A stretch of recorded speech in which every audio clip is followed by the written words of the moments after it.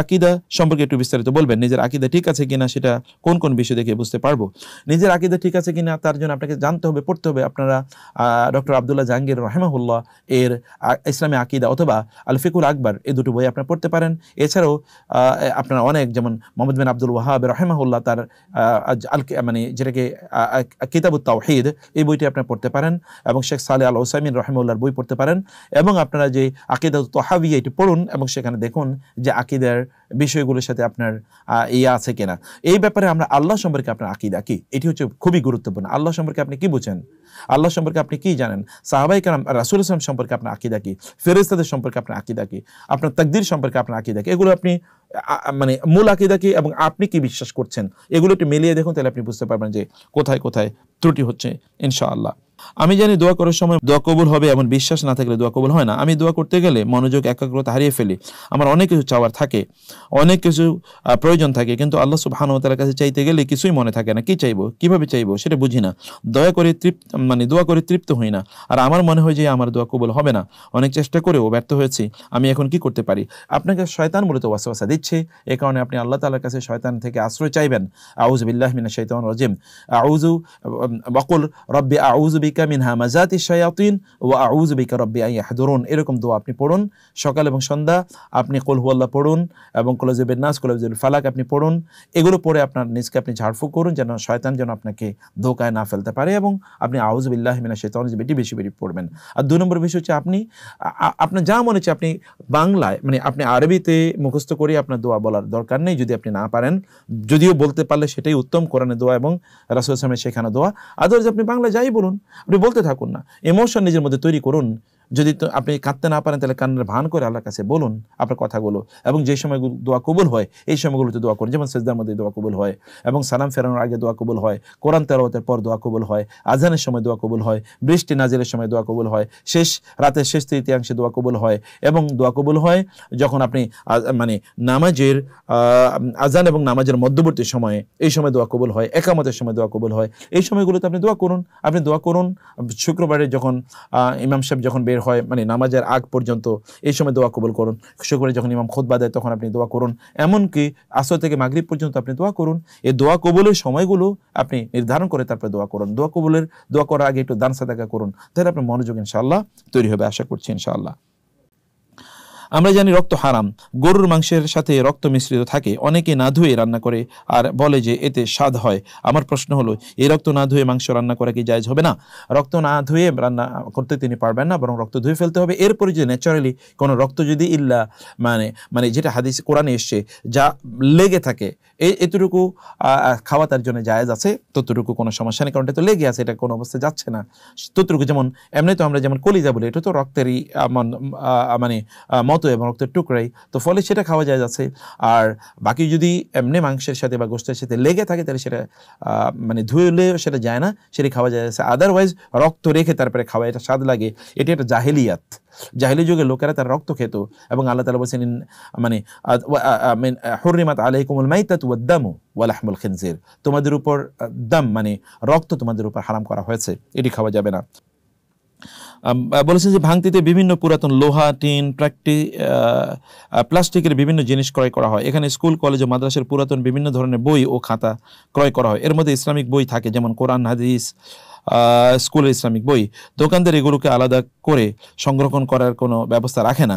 আমি এই দোকানে কাজ করি, অনেক সময় বই কিনতে হয়। এগুলো কি এভাবে কি কাজ করা যাবে? হ্যাঁ, আপনি কাজ করতে পারেন, কোনো সমস্যা নেই, কিন্তু যেখানে কোরআন আছে, যেখানে মানে কোরআনের আয়াত যেগুলোতে আছে, এগুলোকে আপনি আলাদা করে ফেলতে হবে। এগুলো আলাদা করে এগুলোকে আপনি মানে হয় এগুলোকে আপনি পুড়িয়ে ফেলবেন, অথবা মাটির নিচে এগুলোকে চাপা দিয়ে আপনি রেখে দেবেন। এতটুকু আপনাকে করতে হবে, আর বাকি কাজগুলো আপনি করতে পারেন। ইসলামিক বই থাকলেই সেটি নিষিদ্ধ নয়, সেটি দিয়ে আপনি অন্য কিছু করতে পারেন, কেবল কোরআনের আয়াত সেখানে যেন না থাকে এটি আপনি নিশ্চিত করবেন ইনশাআল্লাহ। জামাতে নামাজ এক রাকাত মিস হলে কি সওয়াব কমে যাবে? এটা আপনার নিয়তের উপর নির্ভর করছে যে আপনি মানে আসলে কি আপনি প্রথম থেকে জামাত ধরতে চেয়েছেন নাকি ধরতে চাননি।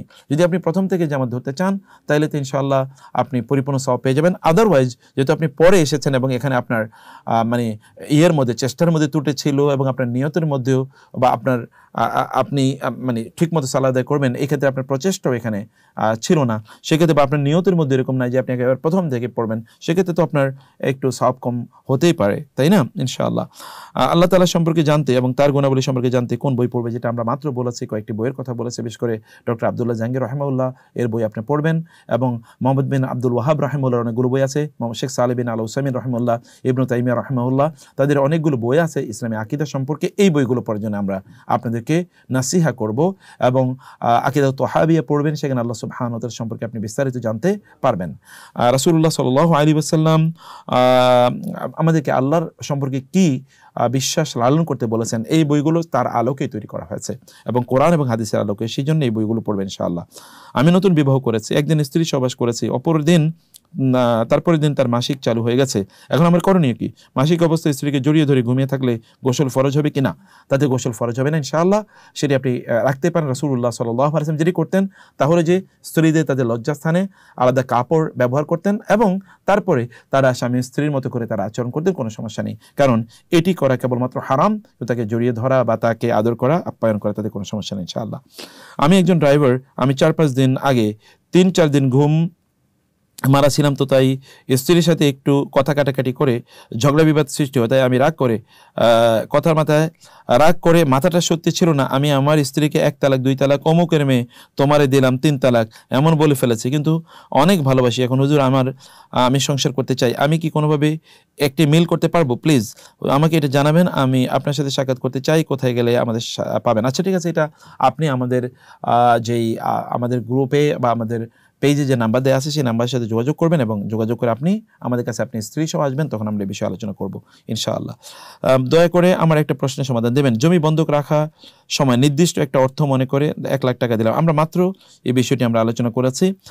আমি একজন প্রবাসী, আমার কোম্পানিতে মাগরিবের সময় 15 মিনিট রেস্ট টাইম দেয়, আসরের সময় কাজ থাকে, ফলে আসরের নামাজ কাজা হয়ে যায়। এখন আমি 15 মিনিটেই মাগরিবের নামাজ পড়বো নাকি মাগরিবের নামাজ আদায় করব? আচ্ছা, এখানে আপনি যেটা বলেছেন যে আপনি আসরের নামাজ আদায় করতে পারেন না, আমরা এই বিষয়টিকে এই জন্য মেনে নিচ্ছি না, কারণ আপনি আসরের নামাজ আদায় করার জন্য 4 রাকাত নামাজ আদায় করার জন্য আপনার 4-5 মিনিট সময় লাগবে।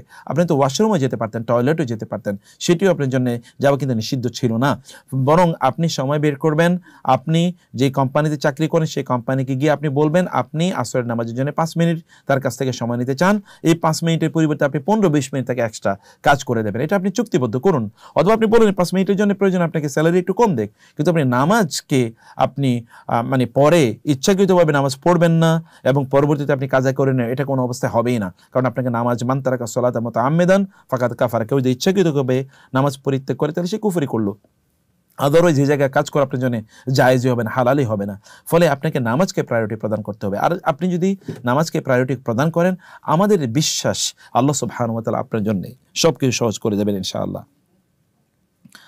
প্রশ্ন করেছেন, আমার প্রশ্ন, বাসে ভ্রমণের সময় কি ব্যাগে বা লাগেজে কোরআন নিয়ে যাওয়া যাবে, এবং এই ব্যাগ বা লাগেজ কি নিজের কাছে রাখবো নাকি গাড়ির বক্সে রেখে দিতে পারবো? আপনার জন্য উত্তম হলো আপনি আপনার হ্যান্ড লাগেজে বা আপনার হাতে আপনি কোরআন রাখবেন, ওই লাগেজে রাখবেন না, কারণ ওই লাগেজ ছুঁড়ে ফেলে দেওয়া হয় এবং সেগুলোর উপর মানুষ পাড়াতে থাকে, ইত্যকার বিষয় সেখানে ঘটতে থাকে, সে কারণে আপনি ওইখানে না দেওয়াটাই আপনার জন্য কল্যাণকর এবং উত্তম। বরং আপনি আপনার হ্যান্ড লাগেজ যেটা হাতে রাখবেন, অথবা আপনি এমনিতে হাতে রেখে আপনি কোরআন, যেমন আমরাও যেটা করি, কোরআন মুসহাফটা হাতে রাখি, তারপরে আমরা আমাদের ভ্রমণটা করি, এটা ইনশাআল্লাহ আপনার জন্য উত্তম হবে। আল্লাহ তাআলা তৌফিক দান করুন।